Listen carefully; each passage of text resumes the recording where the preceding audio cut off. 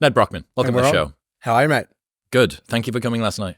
Thank you for having me. It was a fun night. I didn't know what to expect, as I told you last night, but it was I feel like a lot of people felt a lot in that room. When I saw you, it felt like all the energy was on you. Like, it's quite an intense, I think, environment, that stuff. But yeah, it was really cool. I loved to hear all the questions and the answers. It was great. Fuck yeah. Thank you.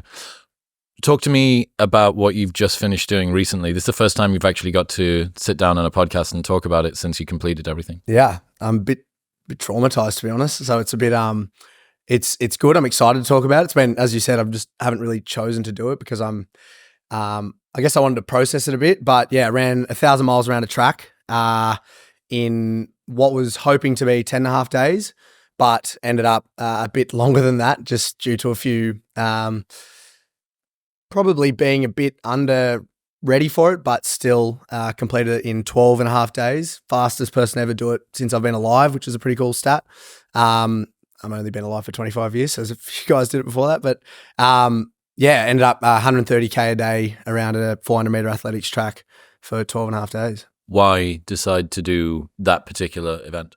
A culmination of a few things. I ran across Australia 2 years ago and kind of felt this like desire to want to keep doing these things and push my body. The more discomfort you put yourself through, the better of a person, or more of a person you become. And off the back of that, I knew I wanted to do something every 1 or 2 years, and thought about running across the length of the UK.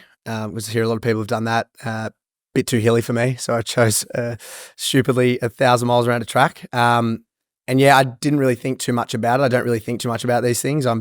I feel like anyone who takes these on are usually a bit older. They're usually, 45, 50, have done 25, 30 years of running prior. I only started 3.5, 4 years ago. So I think my naivety and stubbornness kind of go hand in hand. But yeah, then got to the start of this year and went, well, I'm going to do this, going to lock it in. And I do a lot of stuff with homelessness and wanted to align the two, and ended up finishing it in 12.5 days, which throughout that time, I don't think I've ever felt as much pain as I did in that 12.5 days. Talk to me about the training preparation. Yeah, it was a lot of people ask that, like, what's the physical side of things versus what's the mental preparation. I think, obviously, as I said, I didn't get the record, so I didn't probably wasn't physically prepared enough, but I don't think I will be for another 15, 20 years. And that's why accumulating an awful lot of time under tension to get to that. Of course. And that's the game. But I feel like at 25, you're somewhat relatable to younger people and also older people. And it's not really running for me that's the thing. It's just running is the tool I use to feel what I feel. And I have almost an ability to get people to watch, I guess. And so I can then push what I want to push by doing that. Mm-hmm. And so whether that be through helping homelessness or getting people up and moving, inspired to do something. It's like a social change organization masquerading as a fitness pursuit. Exactly. Yeah. Because I don't even before the Oz run, right, the run across Australia, I didn't really know why I was doing it. I just wanted to. I wanted to feel what it would feel like to run across Australia. I wanted to feel like what it would feel like to run 100K a day. And I'm not willing to just sit back and go, I'll wait till the right time, because I think in life there is no right time. I think you just have to start these things. And so, yeah, off the back of that, I didn't really know why or what was going to come of it. And then I saw off the back of the Oz run that there was so many people, just in Oz, I guess, that I was so inspired to run my first marathon or to speak to someone on the street or to whatever it may have been. I was like, I want to give people something like tangible to be able to put that inspiration into after I do something. And so off the back of this 1,000-mile run, I wanted to get people allowed to do their own thing as well. So I started Nedd's Uncomfortable Challenge, which was like giving them their own 10-day thing that they can pick and choose to do something hard and feel what I feel. That was kind of like the hope. So the lead up to it was like quite intense, because I've got this thing, I'm trying to run this like almost organization that's trying to help people move and raise money for homelessness, but then as well train really hard for this thing that you can't give anything else but your undivided attention and Well, didn't you do, was it 50 marathons in 50 days while you were at work? Yeah. Not while you were, you went to work and then did the marathons after as well. I was still a Sparky, yeah. Yeah. So, I don't know. There's something, you're right, there's something relatable about doing it while you've got the other obligations because it's all well and good and very impressive still. Ross Edgley swims around the UK, fucking unbelievable feat, but he slept 6 hours on, 6 hours off, 6 hours on, 6 hours off for, the best part of a year. Yeah. And he had a support crew and he had all the rest of it. Yeah. And although it's unbelievably inspiring and obviously the pinnacle when it comes to sort of human achievement for distance swimming, another side of you discounts it because you go, well, that's so different to my life. Yeah. That's not like if I had the support crew and if I had that thing, maybe, so the relatability I think gets pulled away. Yeah. So although it must have made the preparation more difficult, the fact that you've got Slack to answer and emails and calls and 100%. artwork to sign off or whatever the fuck you need to do, I think, especially if you're talking about that, there's a degree of relatability because everyone's got to pick the kids up. Everybody's got 100%. to walk the dog. Yeah, there's always that was the biggest thing I've learned in the 50 marathons was like I had to go to work for 8.5 hours and everyone, as you said, everyone can relate to the fact that they got to go to work and then they get home and they go, right, now I just got to feed and whatever it may be, walk the dog. But then I was like, right, I had to run 42K in the afternoon and then also feed myself, also wash my clothes, also, clean my sheets, whatever it may have been, right?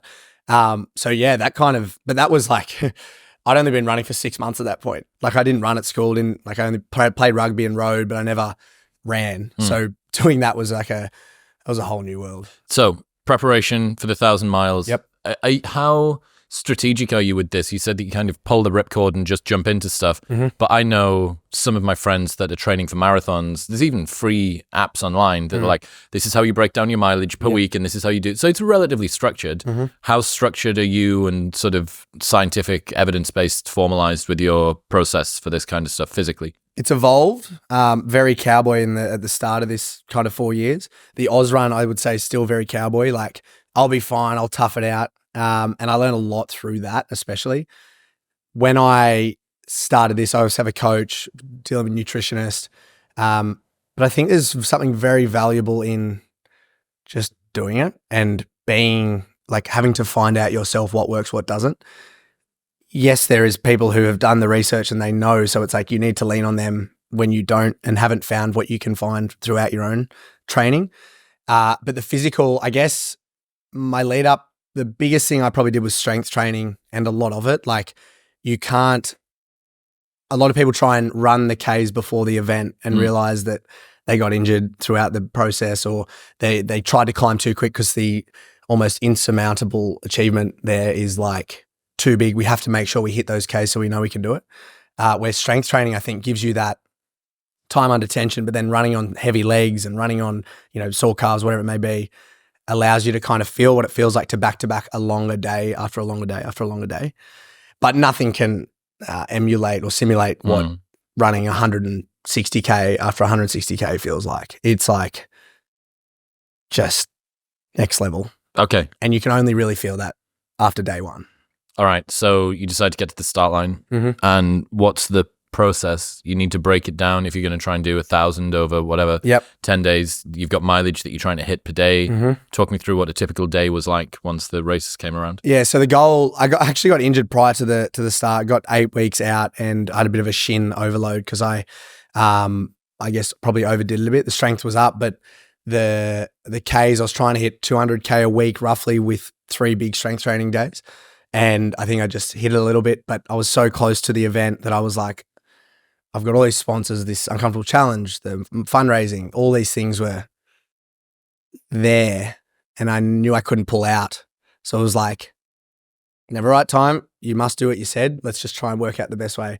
A lot of physioing, a lot of praying, not on my knees because that was sore. But and then I would, got to the start line, essentially had a pretty severe injury from the get-go.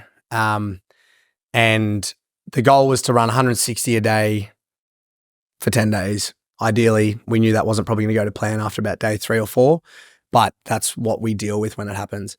Got day 1, did it in 16 hours. That was kind of the goal, get it 10K done every hour.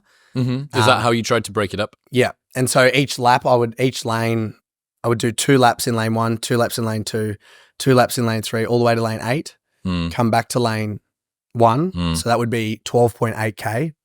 Oh, because you accumulate a little bit more distance by going out to the edge, and it keeps variety, which probably mentally. Exactly. Yeah. Because just doing 4,000 laps of lane 1 is like almost completely unachievable in my mind, where like lane 1 twice, lane 2 twice, lane 3 twice. Oh, yeah, whatever. Is really 500 laps of each 8 or whatever. Yeah. So how funny. it was like that was a master lap. So 2 laps lane 1, 2 laps lane 2, all the way to lane 8. And then back down again. So that was 1 master lap. I had to do 125 master laps. I know this sounds weird. Much more consumable. Yes. I know this sounds funny. Did you have a favorite lane as you were running? Was the one that you looked forward to? Lane 4 on the way out. Yeah. On the way back home, like after You like that? 3/4 of the way. Why? So it was like lane 4 on the way at the start wasn't good because you still had, and like the tiny little bit of distance each lane further out adds up. So when you're over that and you're heading the way out, it's like, oh, I've only got 2 in lane 5 now, which means I've only got 3 more lanes, which essentially, if I just run for like 2 minutes, I've got 2 laps. 2 laps. Oh, cool, I'm done. And then like at the end of each master lap, I would eat or lay down, get a rub down, or just quickly turn around and go. Were you reversing direction? Every master lap. So I would go that way and then come back. That's a really nice setup. That seems like a good way to mentally break it down. Yeah, exactly. But then by day 4, the master laps, it's like, why did I choose to do this? Why? I don't know. It was almost like this. What's the movie with Tom Cruise in it where he keeps getting through and then he dies and he has to restart and go again? Oh, fucking Day After Tomorrow or something. Tomorrow will be or something. Yeah, okay. Yeah. I fucking love that that the movie. one. Yeah, he dies. He keeps waking up in this that's workshop or whatever. Yeah. So I would like finish a master lap and I'm so exhausted. Like after day 3, day 2 was 20 hours. Day 3 was 21 hours of running. And then and to keep the record, I was like, right, I've got to shift that to 12 hours running, 2 hours resting, 2 hours sleeping. And in that 2 hours resting, I was still getting in the shower, eating. So I had like an hour of sleep and I'd wake up and I'm like, oh, that's right. I've got 12 hours of running right now. And so that's what would happen. I would get to the physio bed after a master lap and nothing would move. Like I'd wake up and it was the exact same thing. Like I just kept seeing like my shoes there. Mum hadn't moved. No one had like done anything. And on the Oz run, what was nice was like you'd see a different scene, you'd see different cars, you'd see different people. But here it was like I'd wake up, I'd see a blue track, I'd see like the physio table where it was, the food hasn't moved, and I'm like, I'm in a fucking loop here. What is happening? Like, yeah, you are. I was like, how do I get out of this? And it's like the only way out is through. Like the only way out is to get this thing done. And the only way to get this thing done is to put one foot in front of the other. But when you're like day 4 and you still got 1,000 kilometers to go, that's like terrifying. So talk me through the degradation of your body and legs across this. Yeah, I felt quite strong up until about day 3. Daylight savings changed, so we went forward an hour, which really fucked my head up. Oh, fuck. So we lost across daylight hour. Savings. Yeah, on end of day 3. So that was like, oh no, we've lost an hour, even though we hadn't. Yes, obviously. It's from the beginning of the 24 hours to the end of it, but you're using. Yeah, and I'm like, no. Yeah. And the idea behind the 16 hours was I started at 4 p.m. on day 1 and wanted to go throughout the night so it wasn't as hot, because here on the track, if you get a hot day, it's like 5 degrees hotter. Yep. And so that after day 1, I slept throughout the day, had like my 8 sleep, had my like the room was blacked out, everything was great. Unreal. Yeah, and then after that I realized, which I tried to do in my training, was like sleep being cooked and your heart rate being up and how do we get those things down. But yeah, I was that stressed, that built up about this whole event. So like after day 1, I'm just like, oh God, I got another, 900 miles to go. And so after day 1, sleep just never came. Like I just couldn't sleep. So as we discussed last night, like sleep is one of, if not the most important thing for recovery, right? And if you can't even get 2 of it a night, the wheels are going to fall off if you like it or not. You can try and tough it out all you like. And I was doing my best to do that. But day 5 was when I actually haven't really spoken about this to anyone. Except for like the immediate crew. I got to the end of day 5, or day 5, 6 hours. I'd hit 810 kilometers. So I was over halfway, pretty well on track. But I wasn't really making decisions very well. And I'd started to lose that like almost consciousness. Like I wasn't really there with everyone, even though they were right around me. And mum was like she's like, do you want to eat? I couldn't even work out if I wanted to make the call to eat. Like I wanted someone to say, you must eat, you must rest, you must drink, you must change your shoes. I just didn't have it in me. And so we got to this point where mum's like, you either run or go to bed. I'm going to call, go to bed. And I went, right, at 45 minutes, I'm going to go to bed 45 minutes. Hopped in bed with my shoes on, clothes on. It's after like a 12-hour day. I'm laying on my bed and my heart rate was at like 110. That's me resting. I'm laying there. I just like it feel in my throat. My ears were like pulsing. My eyes were like forcing out of my head. And I'm like, okay, this could be how I go, I reckon.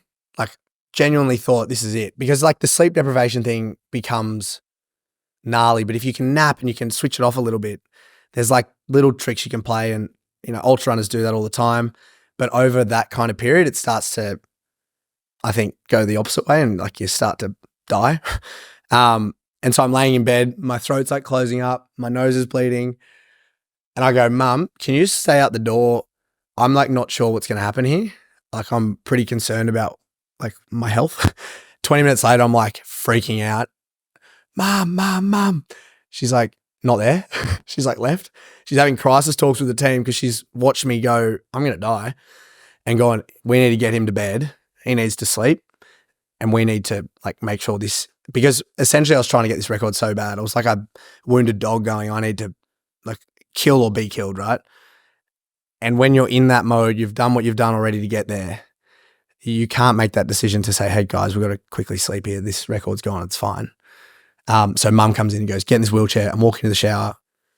Get in the shower. You're going to bed. I'm like, okay. So thank fuck for mum. Because otherwise, like, I don't know what would have happened. I would have gone out there and just tried to death march until I couldn't.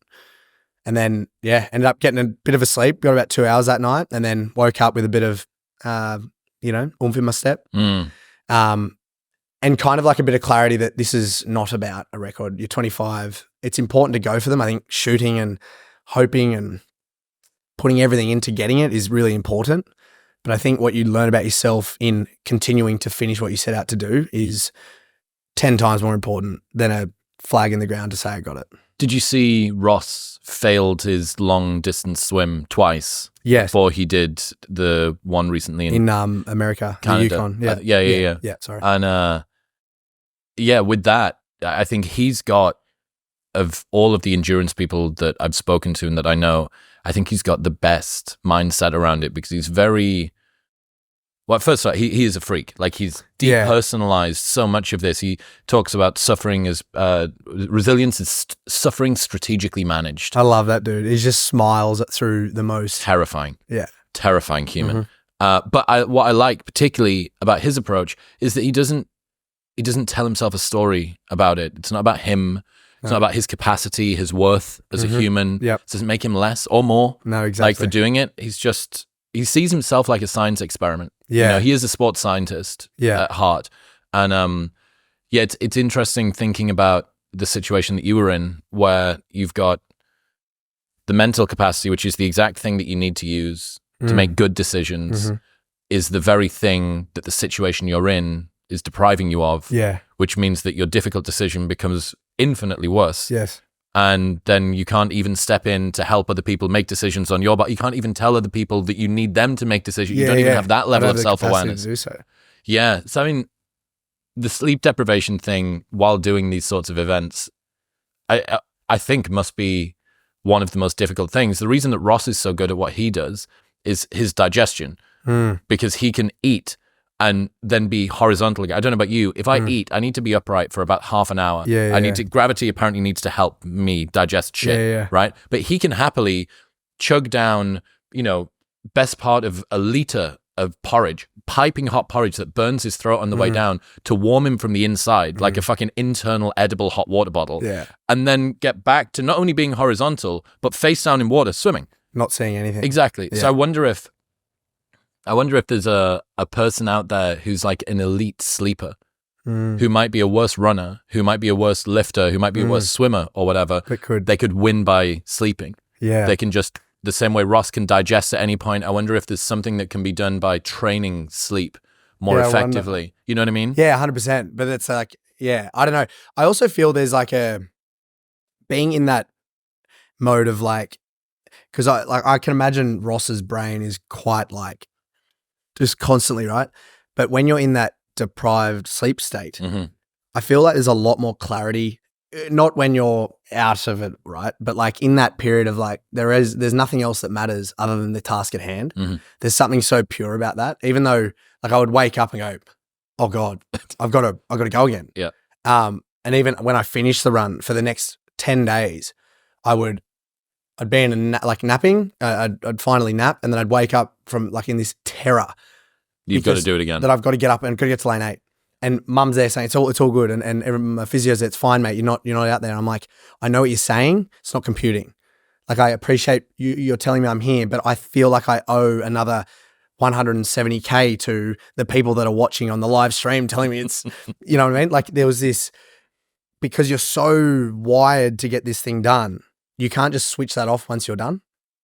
You know what I mean? You can't just go, oh, we're finished. This is fine. Yeah. It's like it's a very traumatic way. In other news, this episode is brought to you by AG1. You are not eating enough fruit and vegetables, and you know it. And this is going to help. I tried every greens drink I could get my hands on over the space of about 3 years, and I settled on AG1 because it is the best. They genuinely care about holistic health, which is why I've got my mum to take it, and my dad to take it, and tons of my friends as well. And if I found anything better, I would switch, but I haven't, which is why I still use it. Best of all, there is a 90-day money-back guarantee, so you can buy it and try it for 89 days, a full 3 months every single day. And if you don't like it for any reason, they'll just give you your money back, so you can try it completely risk-free. Right now, you can get a year's free supply of vitamin D3 and K2, plus 5 free AG1 travel packs, and that 90-day money-back guarantee by going to the link in the description below or heading to drinkag1.com/modern wisdom. That's drinkag1.com/modern wisdom. So get back to, where are we now? Day 5, day 6-ish? Yep. What's happening? We're still going. Essentially, I said I need to work on an 18-hour, 6-hour rest. So in that 6 hours, try and get 4 or 3 or 2. Is this because of the pace, that if you were to push the pace much more quickly, it would be too fatiguing? Yeah, it was more just the fact that the lack of sleep thing was there was no way I was finishing if I wasn't sleeping.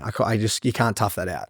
What was the original time on, time off plan? It was, the first few days, 16-8. And in that 8, there'd be 6 or 7 hours. I'm usually a pretty good sleeper, but for some reason, it just wasn't the stress of the thing. And you can't fight it. Otherwise, you're just sitting there going. And then I would get out earlier and go again. And that's just like not a thing to do. So ended up 18 hours. And that's when the average dropped down a little bit on those days, where I was like, we've just got to get this thing done. But I was pretty proud of the fact that I got through those next, 5 days, still averaging over 120, 130K. And then what I found, and what I usually in these kind of events, is like I have some sort of fun. Like I have some sort of reprieve with family or with friends, or with, at dinner, we might be laughing about what happened or what I said or what someone did. This time around, I didn't have one freaking second of it. And for me, as someone who really laughs about the crap that's going on and like really smiles about the crappy things, I just didn't even have that at all. And so that was really hard for me. And so the majority of the time, even when we'd raised $1 million on day 9, and I looked up and I was like, it was the first time I went, oh my God, like you're actually doing something important and valuable to society, and people are clearly inspired, so they're donating. And it was the first time I actually took a breath and gone, oh, this is what you're doing is insane. You hadn't found any joy in the suffering up until that point? None of it, not one bit. And then even the night before we finished, we'd raised $700,000 that night. I was 2.6 million before I'd finished, and then I just took a breath in. There was, I don't know how many people in the stadium just there to watch, and I was like, you've got to kind of appreciate this because these moments don't happen all the time. And, you know, I might get it 5 or 6 more times in my life where I die. Like I want to enjoy these moments. And then even after that, I'd seen all this money raised and I still was like, I've got another 100K to go. And I had to like just grit the teeth. That final day was 26 hours nonstop, 160K done. And I crossed the line and I punched that fucking banner. I was just so angry. It was so disheartening because with the Oz run, like I just had so much joy throughout it as much as I had the suffering. I also had so much joy. But I think off the back of this, I'm actually going to find out so much more about myself and like things I've learned throughout going through something so hard and so lack of joy. Yeah, I'm like excited. Again, I'm yet to work what that is out yet, but I'm sure eventually I'll have that lesson. What were you angry about? I think I just lost who I was in it because I am that happy, jovial person, and I'm usually bringing everyone up, and when I'm up, everyone's up, especially in the support team. And I think I found that like I was putting a lot more pressure on the crew than I needed to because of how much pain I was in, so that I was angry that like it wasn't as fun for everyone else involved, where like I feel like the Oz run was much more like that. Yeah. And then just, I think I was also extremely proud to have finished it, but I think that was masked a bit more by that it was just so fucking hard. Yeah. It was just so violently hard. Talk to me about physical pains, challenges, such going through it. Yeah. I had tenosynovitis in both shins, which is just like fluid around the tendon sheath, anterior tibialis muscle. Mm-hmm. So essentially, You've had that before, right? Yeah, I had it in the Oz run, probably like 20 days in. I had it day 3 on my right leg, and had to have a dictus band on that one for the rest of the run. A what? A dictus band. So for people with drop foot, when they like walk into the bus or they can't pull their shin up, essentially their foot up, it's just a device that goes around the ankle, and then a rubber band goes through your laces. And so when you lift your hip up, your foot comes up. Oh, right. And then and so essentially we found that worked on the... Because it takes the pressure off having to actually... Exactly. Right. When you press off foot-wise, your calf explodes and then it's down, and that rubber band essentially just pulls your foot up. Pulls your foot up. And I felt that like that worked on the Oz run. It's something, if it does go to crap, I can utilize this as a plan to keep moving. And we packed another one because we thought maybe my shin will go on the left side, and it did on day 8 or 9. So I'm running with like 2 big dictus bands, rubber bands. People are like, what's going on with his legs? I just have weak shins apparently. And again, that's another thing that just over time, you get stronger shins, you do these things. And then my right knee, which I'm still dealing with a little bit, essentially I'd lost hip mobility. And so my gait was off all of, 2 centimeters. So when I'd land, my knee would land in every step. So about 400K to go, I had that pain. So I had to walk 200 meters, run 200 meters, because at the end of the running of 200 meters, the pain was just so immense that I had to like walk to ease it. So for the next 400K, it was just a walk, run. And yeah, it was quite funny when people came to run with me. I'm like, I've just got to explain this scenario. Like Israel Adesanya flew in from Auckland the second last night. He's like ready to run with me, fully keen. I'm like, just so you know, mate, we're walking and running every 200 meters. He's like, yep, all good, mate, no worries. But yeah, that I've had a like injection in that now just to kind of ease it. But it's all nothing structural, which is good. Bloods were all fine, apart from like a bit of a gluten response, just because of the high amount of carb you're eating and the inflammation in the body. Those markers were a bit high, but iron was good. Everything was good. I was pretty cortisol fine, liver bit high from pain meds. But what do you think? That's really interesting, because I would have expected hormonally something to have been going on if you're lying in a bed and your resting heart rate's at 110 and you're only getting half an hour or an hour's sleep and you've got to do all of this work. I think a lot of the time because the only thing that we have access to are our thoughts, right? Yep. So we know what the inner world is for us. I can't detect what my hormone and estrogen and progesterone levels are. But if your bloods have come back and they're normal, relatively normal, what that shows is the power of the framing that you've got inside of you, because it's not something systemic that's going on, or at least not something that could be measured. Free radicals, other like blah, blah, blah in the blood. I'm sure that there'll be areas that weren't fully tested, but it just really shows what power you have mentally to be able to make a relatively okay performing physiology totally fucked. Yeah. It's quite an interesting thing, isn't it? I was a bit perplexed. We took them 7 days later, so I reckon in that period there probably would have been a bit, but like I kind of guess you don't want to take them right then and there because you know it's going to be it's another fucking another source of stress for you as well. By the way, get in, let's pin you, blah blah. Of course, I would be intrigued to take them throughout and seeing what. Well, they can do. I think they can do little ear for lactate and stuff. Yeah. I mean, it is always interesting, but again, I just like it for the just because I said I was going to do it. There's no like, I'm not trying to prove anything to anyone. It's like one of those ones where it's like, this is something I want to attack. Life is, you don't know what's coming tomorrow. So let's set this thing up. Let's do it. Let's get it done. What does the ultra running community think of you? That's a good question. I want to dance. No, I'm not going to dance around this because it's like something that's, again, being 25, something I never thought I would have dealt with as much. There's purists in everything. And I know for a fact that people in boxing and swimming and all those things that take on these events without the, I guess, resume of what is supposedly supposed to do in order to attack 1,000 miles. You're saying that you're the Jake Paul of endurance racing. There you go. Perfect. Fucking God. Don't put that on me. He's got a mullet too. Yeah. Yep.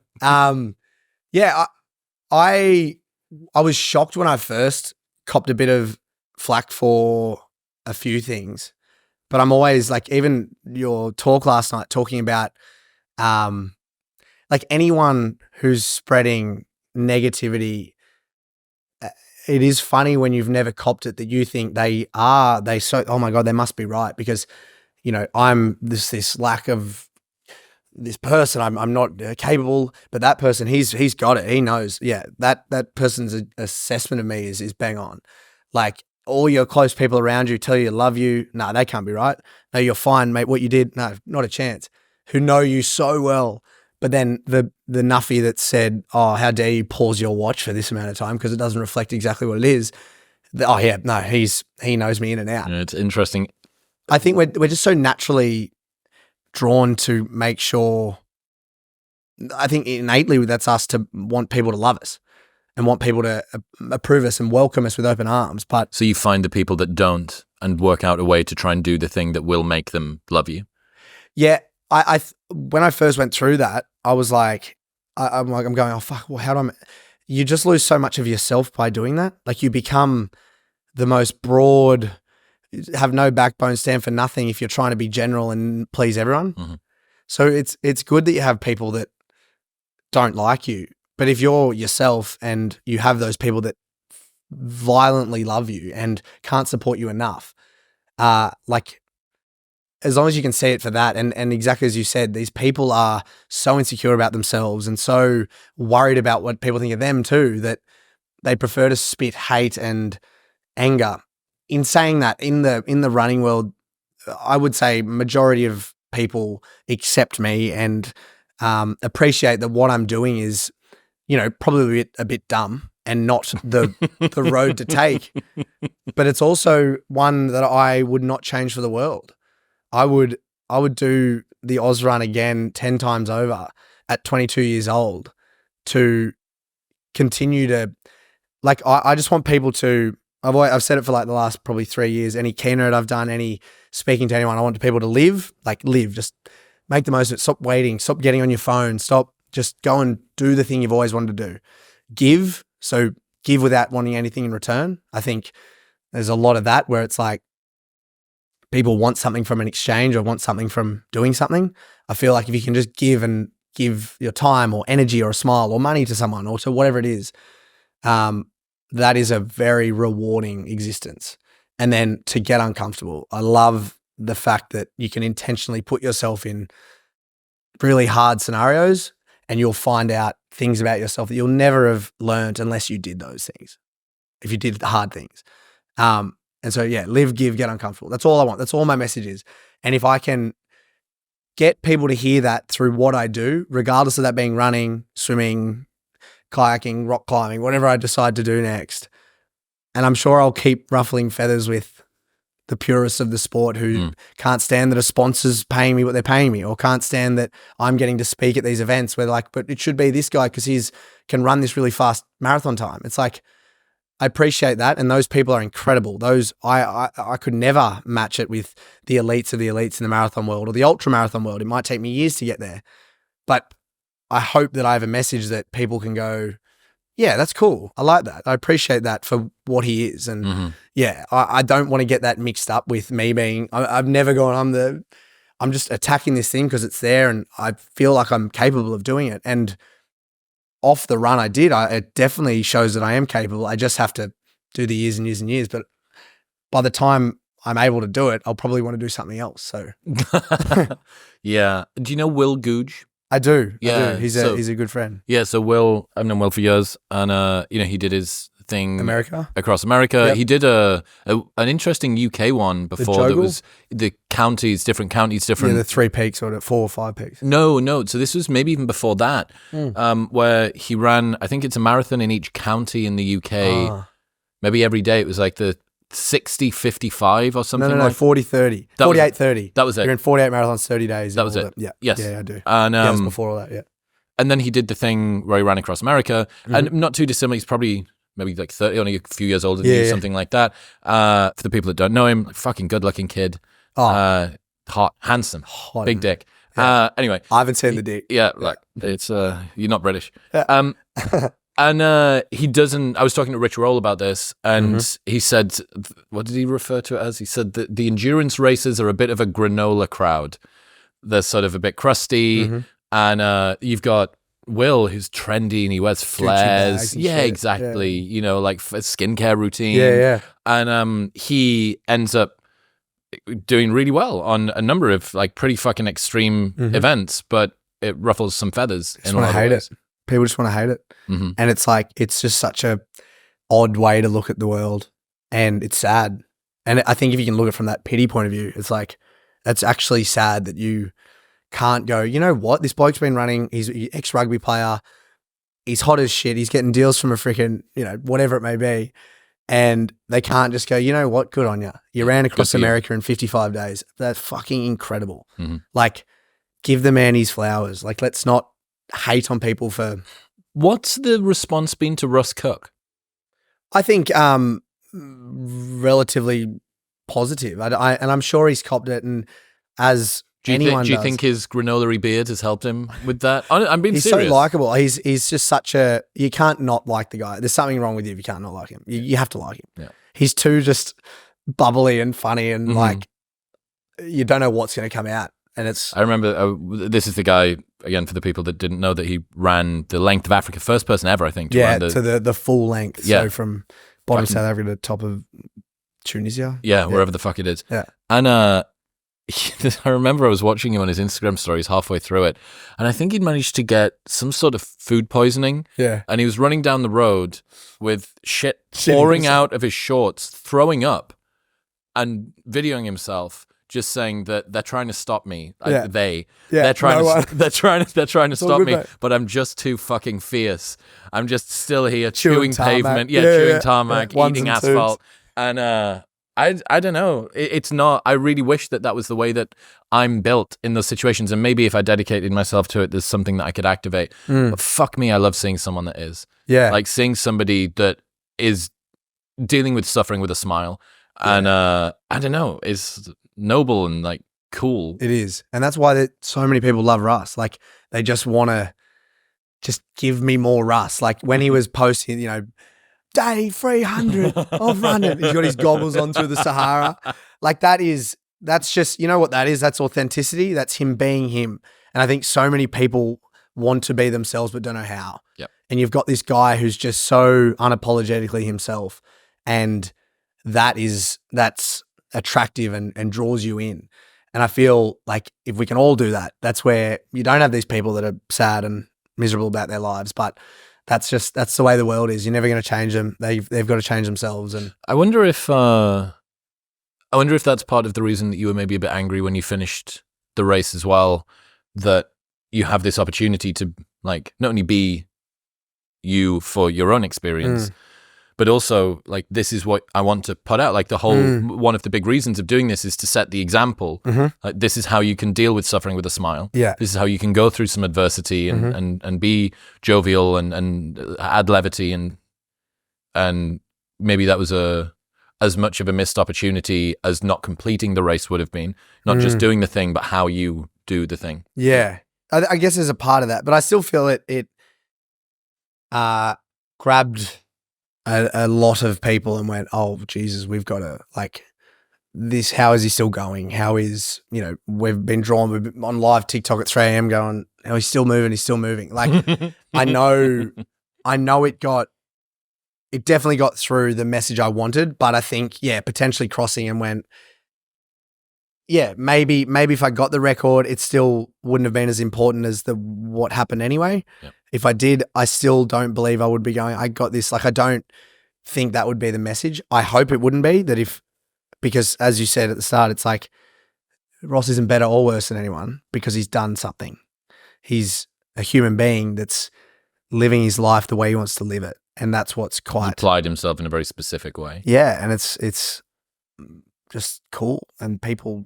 In other news, this episode is brought to you by Function. I partnered with Function because I wanted a smarter and more comprehensive way to understand what's happening inside of my body. Function has been an absolute game changer. They run lab tests twice a year that monitor everything from your heart health and your hormone levels to nutrient deficiency and stuff like thyroid function. They even screen for 50 types of cancer at stage 1, which is 5 times more data than you get on a typical annual physical. Testosterone levels play a massive role in your energy and performance, and being able to see them charted over the course of a year with actionable insights to actually improve them gives you a clear path to making your life better. Lab testing like this would usually cost thousands, but with Function, it is only $500. Function has a 300,000 person waiting list, but every Monday they open a few spots for Modern Wisdom listeners, and you can get your expert blood work analysis and bypass that 300,000 person waitlist by heading to the link in the description below or going to functionhealth.com/modernwisdom. That's functionhealth.com/modern wisdom. You were saying before, this is something I've been thinking about an awful lot, and especially, I'm here in Australia. I've been on tour. The first night, I've done 3 shows in very close succession, and each one was the smallest show of this tour and also the biggest show I'd ever done each time. So it was like 1,000 people, then 1,700 people, then 2 and a bit thousand people. Yeah. So each one had escalated up, and especially at the first show, there was a lot of like gripping from me to make sure that I didn't mess up, and it went great. All of the shows went really perfect. I couldn't have asked for them to have gone any better. How much prep have you done for those? Like what? Sorry, I'm just... No. What, like, how long was your preparation for a show of that? Like, because you're so refined and so clear with what you were. For 2 hours, yeah. Yeah, but incredible, except for the Arthur Shackleton. I met Arthur Shackleton. But the problem is, Ernest Shackleton is the guy that did went across Antarctica, but Alfred Lansing is the guy that wrote the book, Endurance. And I managed to split the difference between Ernest Shackleton and fucking... Anyway, so... Sorry. No, not at all. Quite a lot of prep. I ran half of the show last year, maybe 20 times. Okay. I did work in progress shows this year in Austin. So I did in front of 40 people, like a comedian would do, working different bits and what story do I want to keep in and which story I want to get rid of, what and worked, stuff. What did the exactly. Yeah. What did people like? What didn't they? Which jokes landed well, which didn't, and refined it, and then went through this run. But I realized, especially after the first one, that I was gripping very tightly to the experience. not fearful, but very on edge. You know, I just wanted to make sure it was very precise and sort of laser focused on the thing. But it's very difficult, I think, to kind of be taking in what's happening whilst focusing on the thing that you're doing, right? It's very difficult to hold those two positions at once in your mind. Like with maybe your most recent race, that you're so laser focused and obsessed on what is this particular thing. You know, the type of race that you're doing is so unvaried. There's no novelty.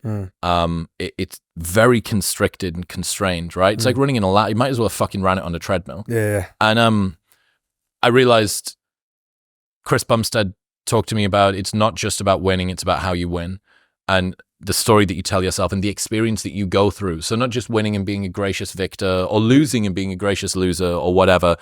It's like, and how did you feel when you did this thing? Because when you look back, yeah, sure, you can say, oh, I ticked the box. I did the tour. I completed the race. I did the whatever. But really, what was the reason for doing the thing? Well, it was for the experience. Yeah. It was for the way that you felt, the energy, the vibe, right? The intensity. Yeah, all of that. Yes. So one of my friends before I did the show in Melbourne was like, how are you feeling for tonight? I was like, I'm a bit nervous. He said, I've got some propanolol if you want some beta blockers. Yeah. And I thought, I could use those. But I really want to, I've got myself here. Like the entire reward is to feel the terror of hearing a few thousand people outside murmuring, and then the music comes on and you have to walk out.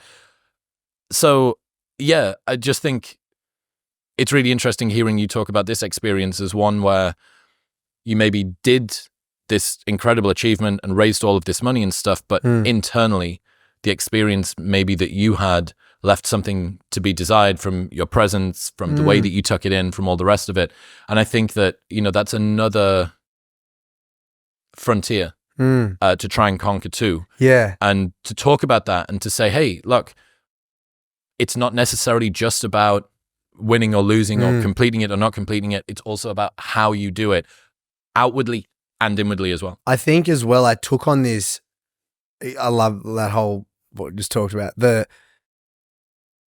I reckon I took on this probably because I felt I almost had to, not for anything, but like I've told myself I'm doing this every 2 years and then I did it, or I'd set up that I was going to do it. And so when I'm in it, I'm like, why am I doing this? Even though I know like there's intention behind it to do good and get people to move and for myself to experience what I experienced. But like in those moments of being in it, you being able to have that almost, you talked about it last night, being, just like be, and to sit in it and be like, how on earth after, you know, all I've been through or whatever I've done, how have I got to this point where I'm running around a track where it's live streamed, where people are fundraising, where people are, like, I find that a really cool thing in itself is like you've gotten yourself to a point in this life where you've chosen this road, this, and this. You're here. And there was like a few moments there where Tom, who you met last night, he's next to me and I'm like, why are we here? Like, what is happening? Like, what on earth have I done in my life to get me to a point where I'm going, I'm fucking doing this thing regardless of what happens. And that in itself, by finishing that and having those questions, like, why are we here? Why are we doing this? Still finishing that and still having those, you know, being angry. Like, again, as you said, it's like, maybe there's something in that next time is like, well, the next thing I do, whatever it may be, it's like you've got an ability to then make the people around you enjoy it. And you try and break it down so that each 5 hours you have a moment of reflection and go, well, you know what, this is actually, but you never ever get to that by not experiencing this really shit 12 This is days. how bad it could have gone. Yeah. And this is how good I want it to be. Of course. And like, you know, if I did that, if I broke the record and I did it in 10 days and it was a seamless event, I did 16 hours of running, I got 160 done each 16 hours, got 7 hours sleep, beautiful meal, woke up every day and went again. It just wouldn't be what it is now, right? Like it just wouldn't be the, I guess, message of like how to not give in. And I think that's what I hope I can continue to show is that like, it's not about necessarily, you know, being I'm better or worse. It's about going commit and see the damn thing through because life on the other side of that, I think, is with a perspective of something really cool. Well, it's not just within events, you'll have ups and downs. I'm sure even on the Australia run, even on the marathon after work competition, even within those, you've got good days, bad days. But I think if you broaden the time horizon, you know, we talked about this last night as well, that, okay, well, maybe across events, there's going to be some that are better and some that are worse. And some of the worse days within events will make the better days feel better. And some of the worse events across events will make the better events feel better.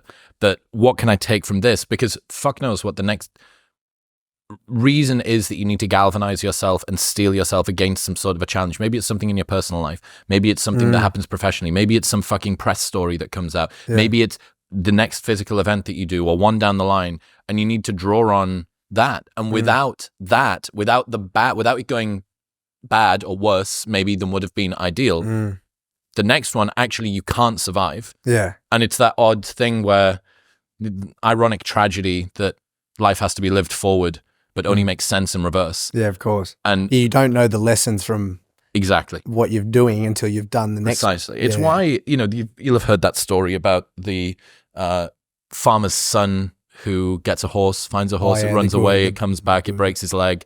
The soldiers arrive, and then they say how unfortunate the horse has run away, how fortunate it's come back with a herd of them, how unfortunate it's broken your son's leg, how fortunate it means he doesn't get conscripted into the army. It's like, well, what's the way you're perceiving it? Exactly. And over a broad enough time horizon, I think people generally get what they deserve.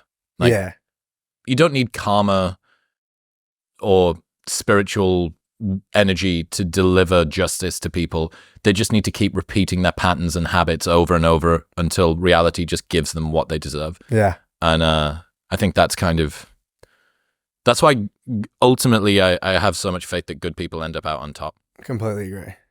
What's your goal with not necessarily the podcast, but like more broadly when you started? I know it's definitely evolved and I'm assuming from when you started to now and what you hope with it all, but like, what is the hope? Where does it not end, but where does it go for you with because I'm in this, not, I wouldn't say it's definitely not a lonely chapter, but it's like one of those, you've kind of got an open door maybe. You go, where do we take this? Because I have an ability to potentially inspire a heap of people, or is it to double down on something else? Is it business? Is it whatever? Like, how do you just go with it, or do you have an intention behind where you want to go, or what's the it's a great question. You know, very few bits of sympathy are given to people who have lots of options. Right, because most people have fewer options than they want. And when somebody says, well, there's lots of different directions that I could go down, you go, oh, We've also made them through a lot of work, right? Of course, but still. I know what you're saying. Said it last night. Problems of abundance are always going to be given less sympathy than ones of scarcity. Of course. Right? So in some ways, you think, well, what a luxurious position to be in. How great that you've got that. But then on the flip side, you have all of this optionality, which means that the pressure is on you to go down. Is it more virtuous for me to spend all of my time fundraising for homeless people? Or is homelessness even the best charity that I should be doing this for? I could be raising it for a more worthy cause. Maybe I should be swimming instead of running, or maybe I should be doing whatever. So in my experience, I've always been bad at long-term planning, and I kind of came out of the productivity bro world, at least initially. So in that world, you know, you write your epitaph, and you've got what's on your headstone and what's written in your obituary. And then you break that down into, 10-year like chunks, periods, into 3-year sets, into 1-year goals, into 90-day sprints, into daily actions. And you have this perfectly coordinated, this is how I'm going to get there. I always struggled with that naturally. And then laid on top, any sufficiently quickly growing situation means that optionality breaks out in ways that you couldn't have ever imagined. So for you, 5 years ago, you didn't even know that things that you could be doing were things that you could say yes to, that even existed. No. Right? Yeah. So in my experience, it's very difficult to have rigid long-term plans, which is why principles and rules are much easier. So for me, I just try and follow my curiosity. I want to keep on learning about stuff I think is important. I want to follow my instinct. I like how much you are clearly inquisitive of so many people. It's a really cool trait. Thank you. Yeah. It's honestly, man, I everybody is idiosyncratic and varied, and they're into distance running and fucking 80s jazz. I hate distance running, by the way. Warhammer 40K. And blah, blah, blah. You know, they're into like, they've got all of these different things that they've got going on. And I kind of get the sense that people like interested, curious people like life as a intellectual buffet, right? And sometimes they want to hear Mark Norman shit talking, doing gay jokes. Sometimes they want to hear about this really intense war story. Sometimes they want to hear about the psychology of female serial killers, whatever, blah, blah, blah. And the job that I have is just to keep satisfying my own curiosity. And if I keep doing that, I think downstream from that, everything will go well. And, that's the only guiding principle at the moment, is like just try and do stuff that I think's interesting. Excites you, that's interesting to me. And I think next year I'm going to start doing some stuff on bullying interventions. Cool. So I happen to have a couple of friends, Tracy Vinecourt, who's the head of the Canadian Anti-Bullying Association, right. And Tony Volk as well, who's another evidence-based bullying intervention guy. And I really want to see, I don't know of anybody that's talking about bullying very much. Like, as in like kids, or as in? Yes. So specifically for kids, because most bullying occurs in school. The reason that most bullying occurs in school is that for bullying to happen, you need social networks to ossify for a while. And in the workplace, especially with remote work now, people come and go from jobs so much. They don't spend that much time in the office around the same people. But in class, you see the same people every single day for 5 years or for 11 years, right? If you follow them through like one big school or whatever. So that's how you get locked into these hierarchies and the pecking orders occur. So it's easy to do the intervention there. But really interesting thing that no one is talking about, and there are interventions for, is helping ex-bullied adults to overcome that bullying. We heard about it last night in some of the Q&As, that some of the people have got chips on their shoulder about people that didn't believe in them when they were kids, or people that were mean to them or whatever in school, and trying to liberate adults from that, because it's very shameful to, you know, to be in your 20s, your 30s, your 40s and still realize that you're driven by this thing, that this devil on your shoulder, this kid that probably maybe doesn't even remember doing it to you. And for you, it's still something that fucking crushes you. So were you bullied? Yeah, badly in school. Okay. Yeah. For long, like the whole schooling? I think when you're in primary school, when you're super young, kids are just like, they're just blobs. Do you know what I mean? So they're not really doing bullying. But then when we got into secondary school, it was never extreme physical violence. But it adds up. But it was this sort of very mundane social exclusion that in some ways I think sticks with you for longer, because it tells you a story about your position in the world socially, about how you get the love of other people, about how safe you should feel around other people as well. Yeah. Can you trust other people? Do you need to offer them something in order for them to accept you or want you or be friends with you? Do you have a backup? Like, do you have a reinforcements ever? Do you feel like I know kids should never be bullied, but for you, potentially, it may have aided in your pursuit now, I'm assuming? Oh, absolutely. Yeah. So is there an argument, not saying bullying is great, but like hard love and hard being like onto that? I don't know. There's something in it, because I know so many, myself included, there was definitely bullying at school where you feel like ostracized or not a part of something, or laughed at because of a certain thing. It's like that it 100% sticks with you. But I also feel that like I was never badly, but it was also enough where you're like, well, maybe this will help me in some. I don't disagree. And this is one of the ruthless things about anything difficult that you go through. Again, what I spoke about last night, right? Like all of your greatest growth is germinated from your lowest points.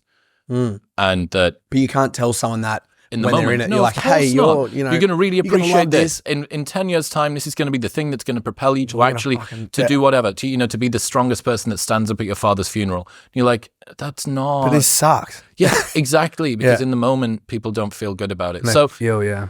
this is one of the most ruthless things I think about difficult life experiences, which is that lots of the things that you're most ashamed of, the dark sides of your personality, your insecurities, your fears, are just the other edge of the strengths that you love most in yourself. Yeah.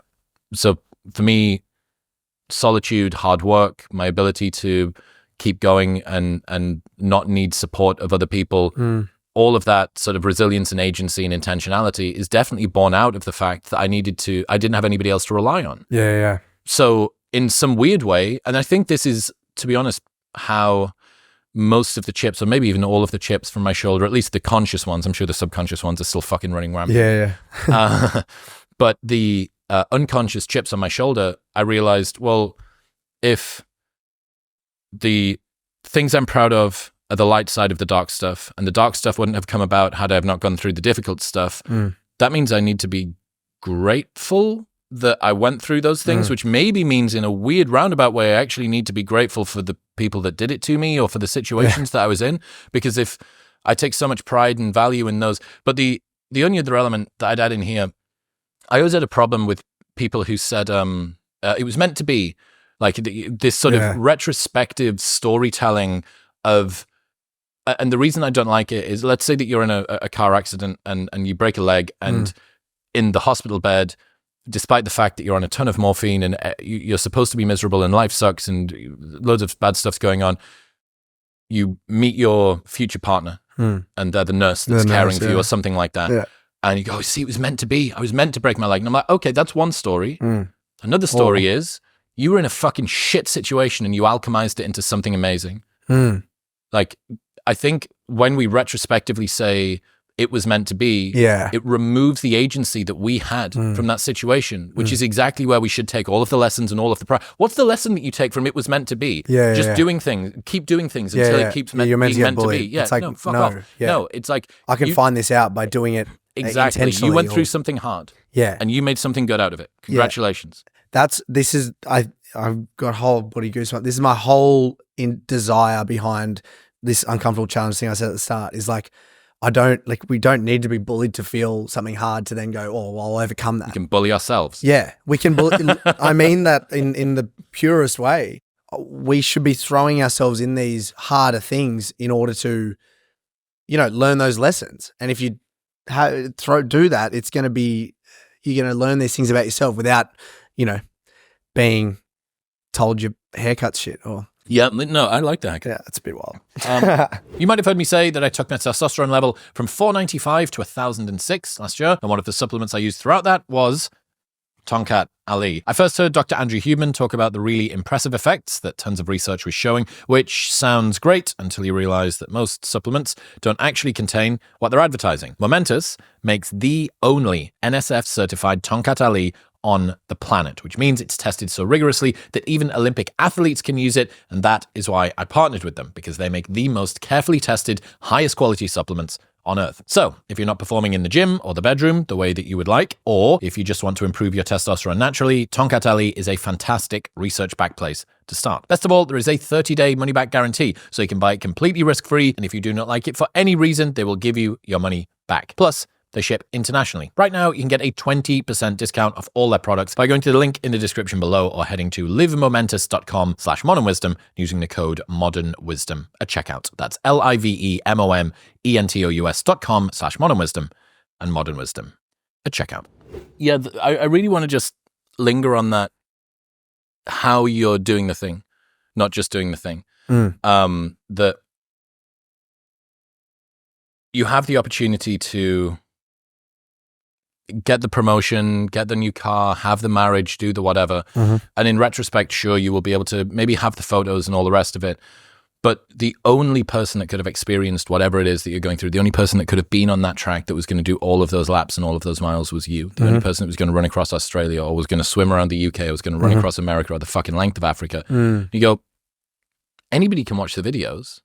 Even you can watch the videos of you, but only you gets to experience what it's like to do that. And it's this odd blend between, do you want to be the absolute best in the world at a thing, which I do think can cause you to need it. If you want to be the best, all sacrifices are on the table. Everything. Fucking health, life. No. Enjoyment of the event, relationships. Yep, exactly. Family, bank account, reputation, everything, right? It's one thing. But if you are doing something for not being the fastest in the world, if it's not a sports competition or it's not a zero-sum game where there's only one winner and you want to just be that one winner, I feel like there's a little bit of tolerance, just a bit of give at the top. And it's like, where can I sneak in something there? Can I sacrifice 0.5% performance to gain 50% presence? Yeah. And that's what I think is fucking interesting about all of this stuff that you guys are doing, whether it's Russ, whether it's Ross, whether it's yourself, whether it's Will. It's very well put. I was like, when you said come on the pod, I was excited initially. And then I went, oh, I don't know if I'm like, I had this, it wasn't that I wasn't ready or worthy.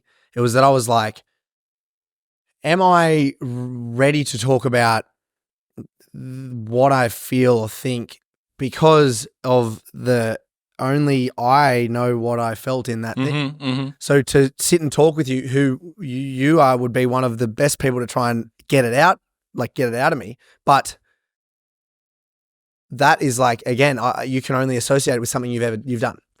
And so then I'm like, oh, do I really want to do this? Because I want to be able to get to a point where I can explain it to people in the best way possible. So that to me is like, it's a lot of writing. That's a lot of speaking to people. It's a lot of like hearing how, same with a keynote or a speaking gig is like, well, that didn't work well, so I'm going to say it this way.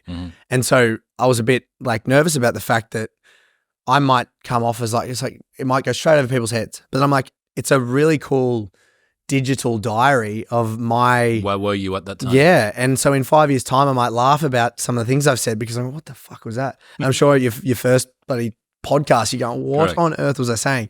But I think that's what's really freaking cool about this is like, if I do look back at it and I do look and go, well, that's what I was thinking at the time and that's what I felt and that's what...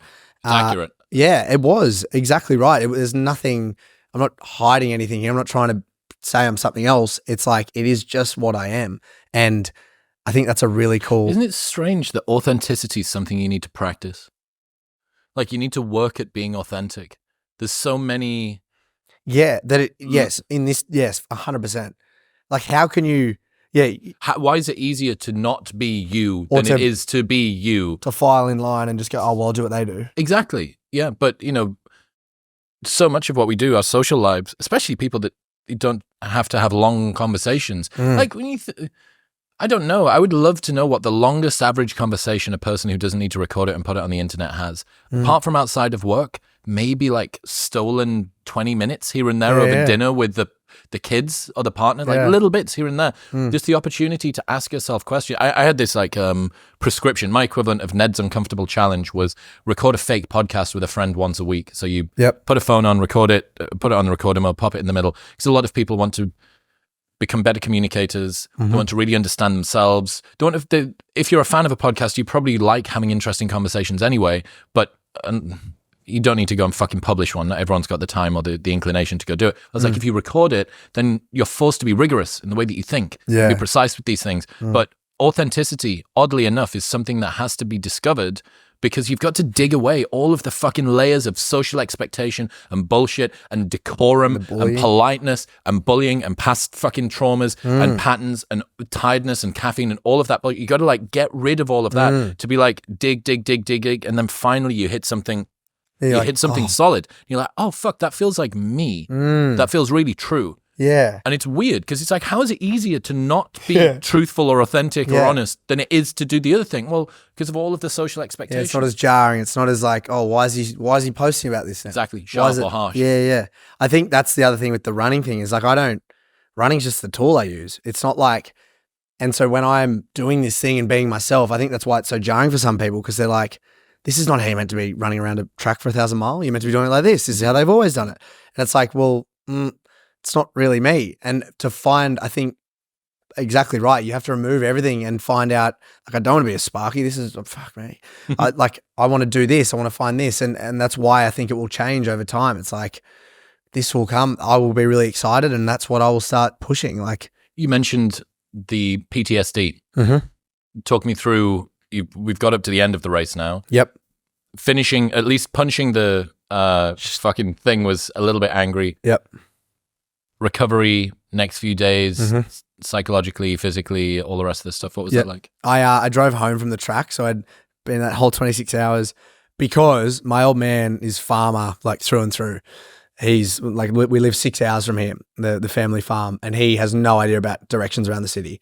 And I'm like wheeling in my wheelchair up to my ute, hop in. He starts going to the driver's seat. I'm like, no. I hop in.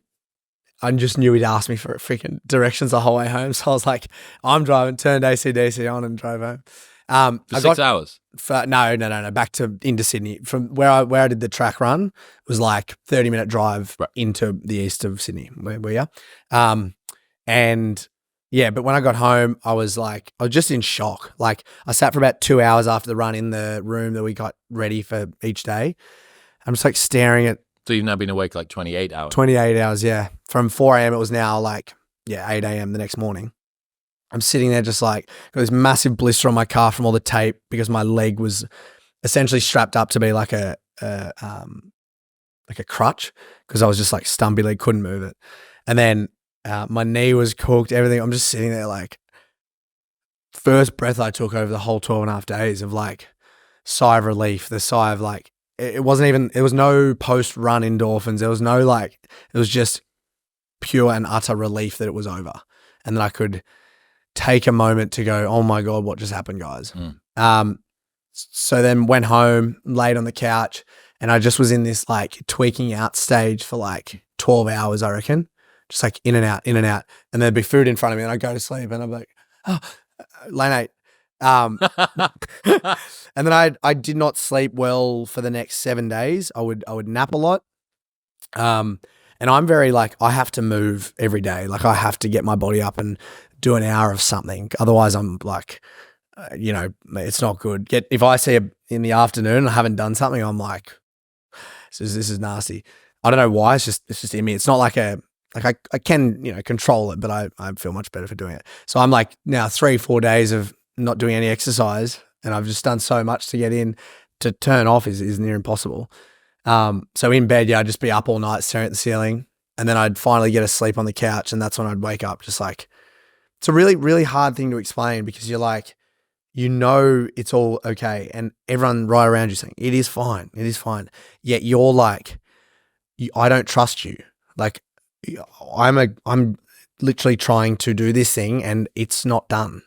I'd had it on the Oz run where I had like road trains because they were constantly on the like big trucks, big trailers. They were constantly on the highway, and I reckon I'd run past 100 of them each day over the 100K.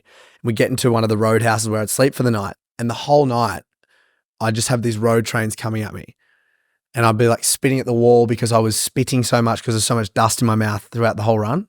So I'd be like traumatized, like road train, I'd jump and then I'd like spit at the wall. And I'm like, I'm in a room. I can't spit at walls.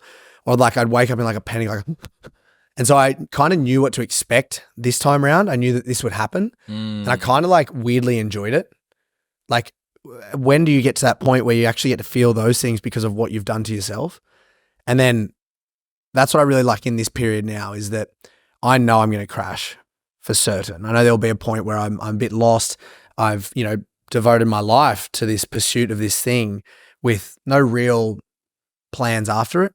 And I kind of give myself that time now because you can't have ups without downs. You can't have downs without ups. I love feeling those downs. Like, I love feeling that because I know when I do process what just happened, I'll be so much prouder and so much more grateful about the $5 million we raised, like it's those things.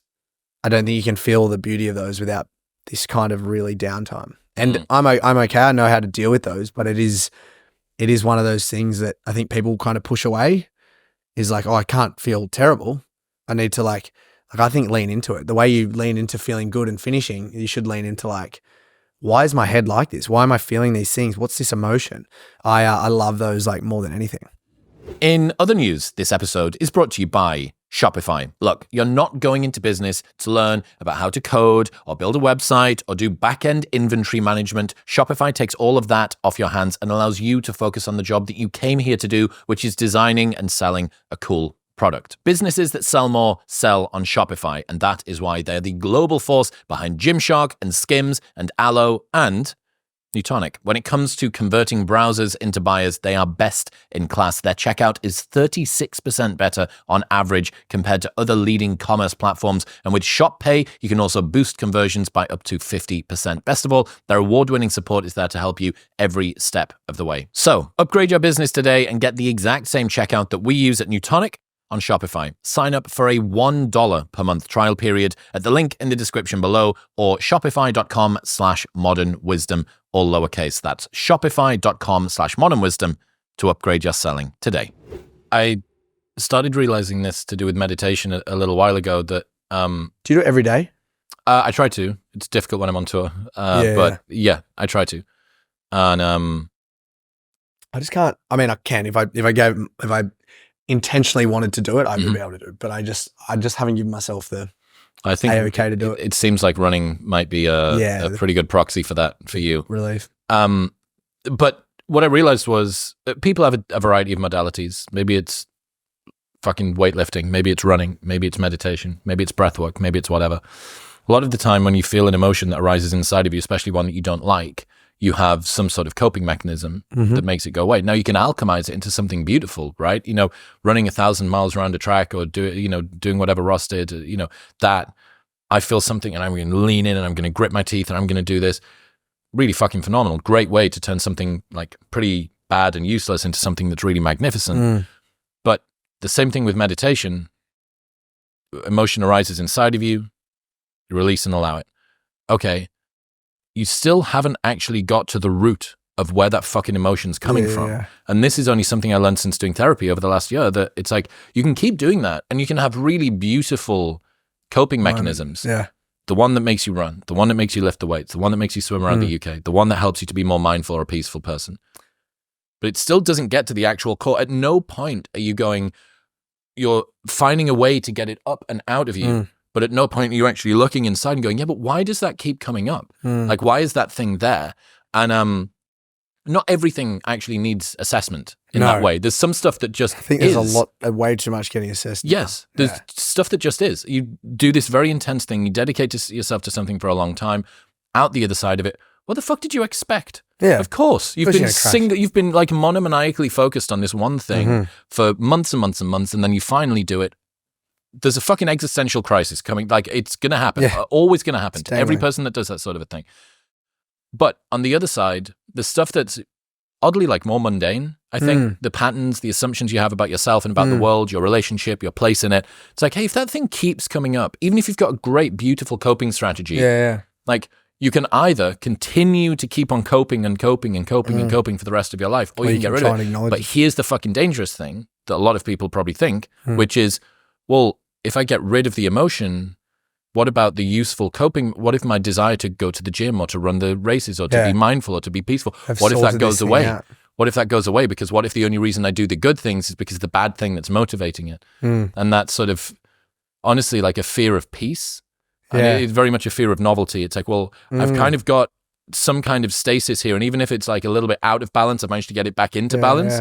And if I take something away, even if it makes life better, I'm now out of balance again. I've got to all compensate. So do you feel like you've got like you need to do things, or do you feel like you're at peace with whatever happens, this way we go, life's good? No, I have very much a need for control in my life. I'm very sort of structured, very organized, very routinized. And getting more used to being sort of free flowing in that way might be useful. But then on the flip side, people are constructed differently. And we find solutions that work for us. And this is one of the reasons why I'm so hesitant about anybody that gives one size fits all answers to success or mindfulness or what you should do in life and stuff, because what most people have done that are successful is they have found a very specific way that works for their mental pathology and their fucking construction. Their makeup, exactly what their environments were, exactly. So Matthew Syed, sports reporter, in the tennis world, really interesting. Djokovic, Nadal and Federer all were world champions at the same time, but all of them have massively different training styles. One's super aggressive, one's super fun, one's super robotic. But all of them traded places. So you go, if I want to be a world tennis champion, which one do I do? And you go, well, it depends who you fucking are. Yeah. Every one of them has been a fucking tennis champion. Yeah. And all of them have different approaches. That's what I love about that. I don't know who it was on your pod when you talk about you might be 98% right. Yes, Richard Reeves. And then the 2% right is something that you should still listen to. Like people being certain on something that is potentially not so certain is an odd way share the truth between us. Yeah, I love that so much. It was a really good way to be. What did you make of that Jill Stark article that was written about you? I haven't really spoken about it to many people. I think it has evoked, it's allowed people to start conversation about this topic. And I'm the least, I would like to say toxic human being. I'm not at all. And the fact that, my mother was my immediate support person shows that I can't really, I would love Jill to speak to my mother. That would be amazing. I think it was quite opportunistic. I think it was a bit of a clickbaity kind of article, but I think it's allowed people to question. And there is the gym bro, I must be tough. I must not deal with emotions. I must be stoic and no one, do not talk about emotions. There's that side of things that needs to probably be addressed a bit more. But then there's we also don't need to be too aware of our emotions all the time. I think you need to be aware, but use them to your benefit and be, I don't want to get too into that. I understand. But I just think, I got nothing against Jill. I'm sure she's amazing. I didn't read too much of the article. I just saw it. I just knew it was tainted, it was just not needed. Yeah. Because it didn't do that. For the people that didn't read it, men's mental toughness is just toxic masculinity rebranded.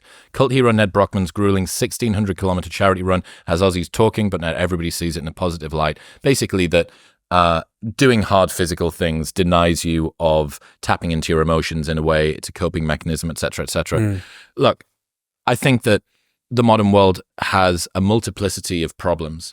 One of them is victimhood. One of them is people needing more resilience. They need Goggins screaming in their face. Yeah. Another group of people are the ones who do push too hard. Yeah. And that do need someone to say, hey man, maybe you should slow down and read some poetry outside or go for a walk or do whatever.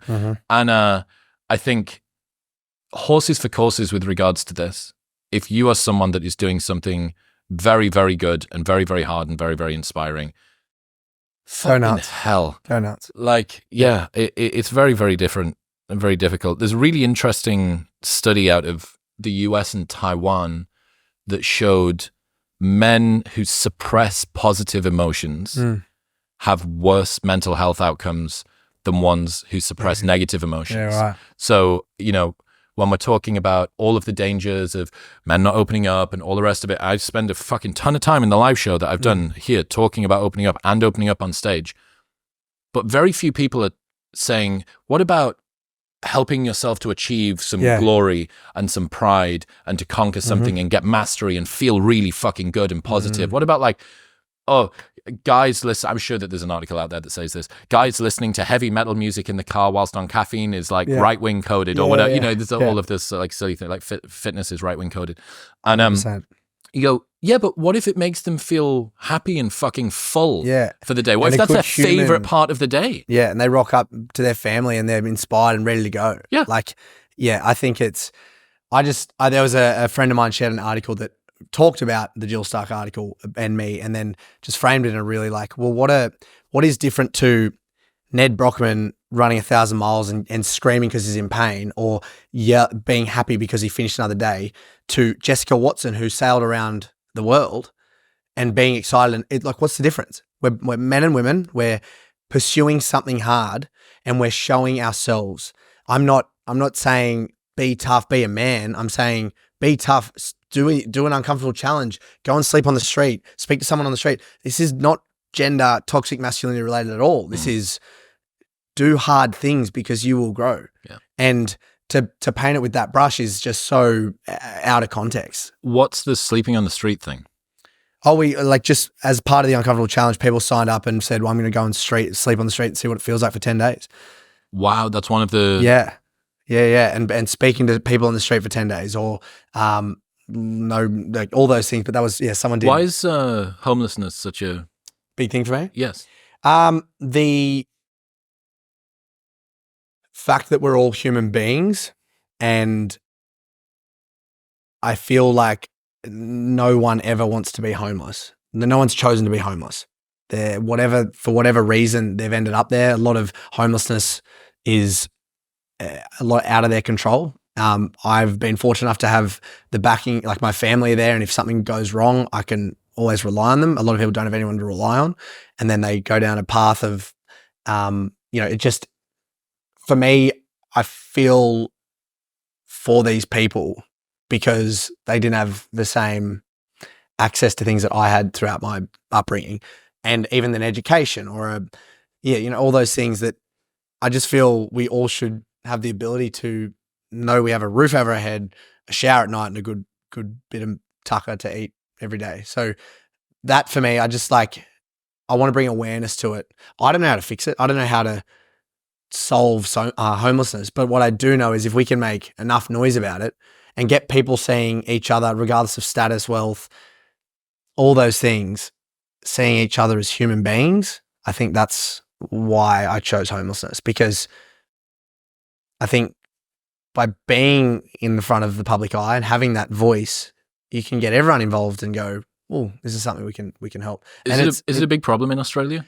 It's nowhere near as the States. When I went over there, I was like blown away. It's crazy in LA, and I was crying all the time. I was like, this is fucked up. Like, this is sad.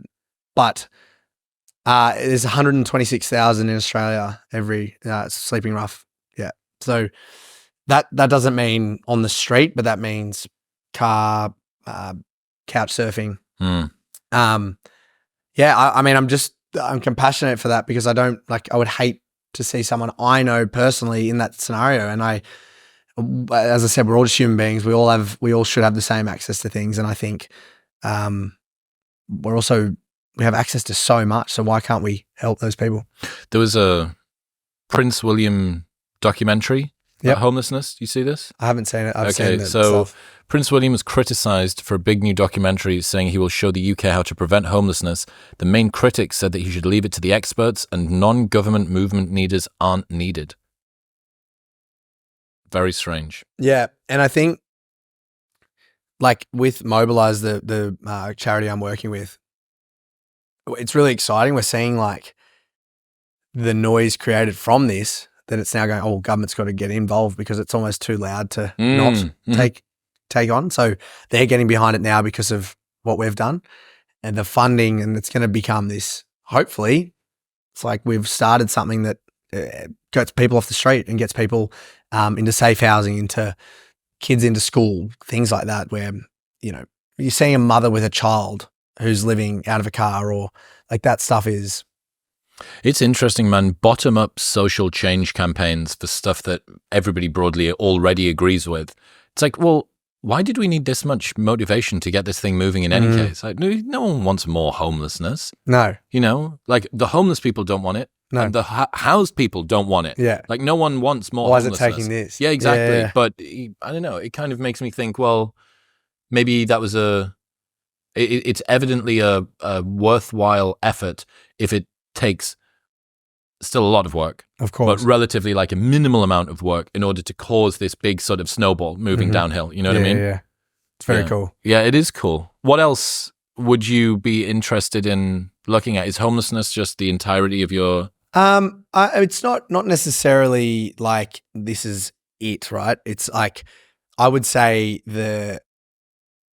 through what I've done now, my passion is definitely getting people moving and live, give, and get uncomfortable. I think that's the big message. But right now, the homelessness thing, and I want to end it. I want to get people like I want to see the change happen in real time. So that's why I don't want to be an ultra runner that goes, I'm going to raise for this one this time because it's flavor of the month. Like I genuinely care about homelessness. And the thing with these guys too is they work with everyone. It's not them trying to fix it. It's them going, we want to work with everyone who's already, so it's like whether it's Orange Sky, like people who clean clothes or haircuts or all these things that are already so they established. kind of sit at the top and then. Yeah, and they go, we've got the funding. Here you go. Let's help. Let's do this. That's awesome. Yeah, it's really, really cool. So it's not about them being the ones who've done it. It's them helping and facilitating everyone else who's helping as well. Wow. And the funding, because of there's no red tape. It's not caught up in government stuff. This is funding from the 55,000 people who donated and the big corpies who got behind it. It's like, here we go nuts. And hopefully that through the Uncomfortable Challenge every year, people just like Movember, right? That's the goal. I want everyone doing it in October. I want everyone doing an Uncomfortable Challenge because it's like that time of the year where we go, oh yeah, that's where we do this hard thing and we raise money for people who need it. It's like. This is going to be an October thing annually. Calling it Nuctober. Ned's Uncomfortable Challenge, October. Oh, very nice. Yeah. I want it like, that's my goal. And that's, again, that might be the next thing I go into is like, let's build this thing out so it becomes this ingrained in the nation's psyche. Like, and I love shooting for the stars. I love like taking on a challenge that might be impossible, but in the pursuit of it, I think is a pretty cool, whatever happens. It can't be bad, the result. Dude, I love it. I appreciate the fuck out of you. And I'm really excited to see what you do next. Appreciate it, mate. I've really, really enjoyed today and I appreciate you. Thanks for last night. And yeah, you're a good man. My pleasure. Where should people go? Keep up to date with the charity stuff, your stuff, everything else? Yeah, just Nedd Brockman, Ned's Uncomfortable Challenge on Instagram. I mean, social media is a necessary evil for these things. If I could, I do mean this, if I could not be on social media and still raise the money, inspire, and, you know, there's a commercial aspect to things, so you have to do what you have to do. But if I could do that without social media, no one would fucking know who I was. But it's a necessary evil and it's the game we all play. The ultimate price that you have to pay. Exactly. And being on Instagram. Well worth it. Appreciate you, man. Appreciate it, mate. Good man. Thank you very much for tuning in. If you enjoyed that episode with Nedd, you will love the full-length conversation with the one and only David Goggins. Right there. Come on. Press it.